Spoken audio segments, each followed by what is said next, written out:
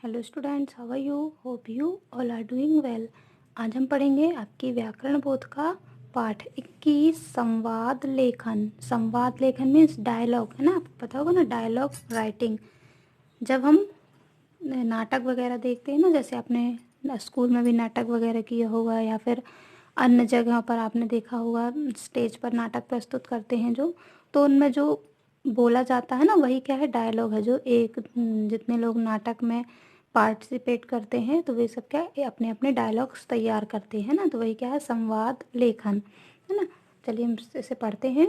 प्रायः व्यक्ति एक दूसरे से बातचीत करते हैं। उनकी बातचीत का विषय भी हो सकता है। उनका परस्पर बातचीत करना ही संवाद कहलाता है ना। एक दूसरे से बात करना, चाहे वह किसी टॉपिक पर ही बात करें, वह उनका संवाद कहलाता है। ओके।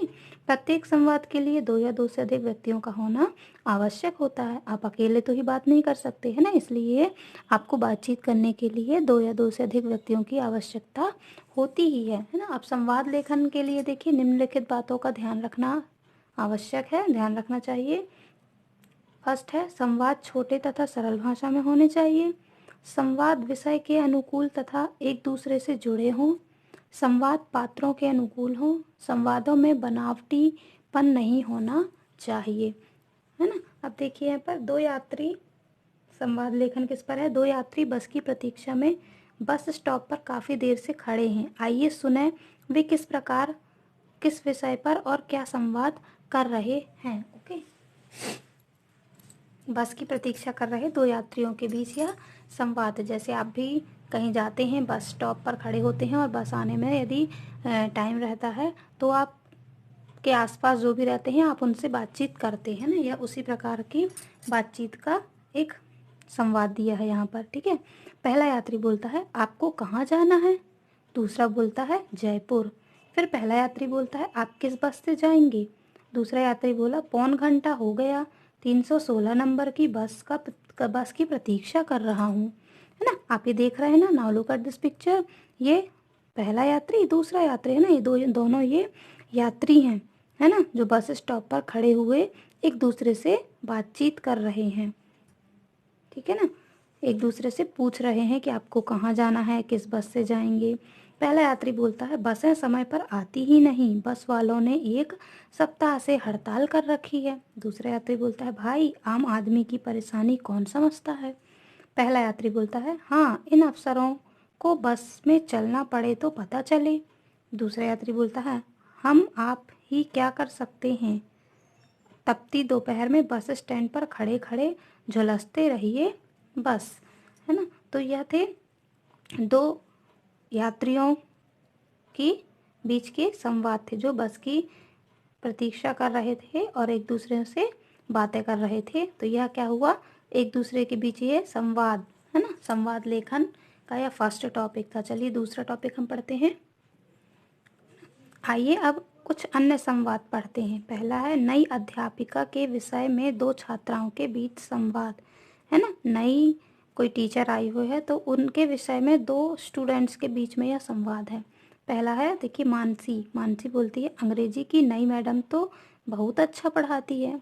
फिर विधि बोलती है, एक एक बात विस्तार से समझाती है। फिर मानसी बोलती है, मैंने कई बार प्रश्न पूछा था, उन्हें क्रोध नहीं आया, शांत स्वभाव से तब तक समझाती रही जब तक मेरी समझ में नहीं आ गया। विधि बोलती है, सीमा मैडम तो आकर बैठ जाती थी, कोई प्रश्न पूछते ही डांट कर बैठा देती थी। मानसी बोलती है, अब हमारी अंग्रेजी अच्छी हो जाएगी। विधि बोलती है, हमें घर जाकर भी एक एक पाठ स्वयं तैयार करना चाहिए। योगबाला मैडम ठीक कह रही थी, अच्छी पढ़ाई के लिए अभ्यास आवश्यक है ना। तो यह जो थे नई टीचर के लिए दो स्टूडेंट्स के बीच में संवाद थे। वे कह रही थी कि जो नई मैडम आई है ना, वह अंग्रेजी बहुत अच्छा पढ़ाती है, पूरा एक एक चीज़ विस्तार से समझाती है और बार बार पूछने पर भी वह गुस्सा नहीं होती, और जब तक समझाती हैं जब तक उन्हें वह समझ में ना आ जाए। इस प्रकार से वे एक दूसरे के बीच में उनके संवाद चलते हैं। ओके। नेक्स्ट संवाद दिया है, बच्चों से परेशान दो महिलाओं में संवाद। ठीक है ना। रानी बोलती है परीक्षाएं सिर पर आ रही हैं, विभोर को चिंता ही नहीं है, सारा दिन कार्टून फिल्म की रट लगाए रहता है, स्कूल से आते ही टीवी चला लेता है, सारा दिन कार्टून देखता रहता है। रूपाली बोलती है अपनी मानसी का भी यही हाल है, पढ़ने का तो नाम ही नहीं लेती, स्कूल से आते ही सहेलियों के फ़ोन आने शुरू हो जाते हैं, शाम को बैडमिंटन खेलने जाएगी तो घंटों लगा आएगी, है ना। फिर रानी बोलती है आजकल के बच्चों को सारी सुविधाएं चाहिए, बस पढ़ने के लिए मत कहो।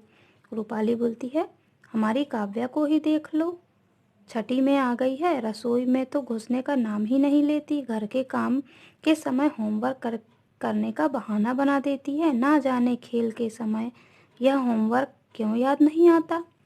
रानी बोलती है आखिर बच्चों को समझाएं कैसे। रूपाली आजकल सभी बच्चों का यही हाल है, शायद बड़े होकर खुद समझ जाए, है ना। ये जो है यह एक कॉमन संवाद हुई जो सभी लोग इस टाइम कर रहे हैं ना।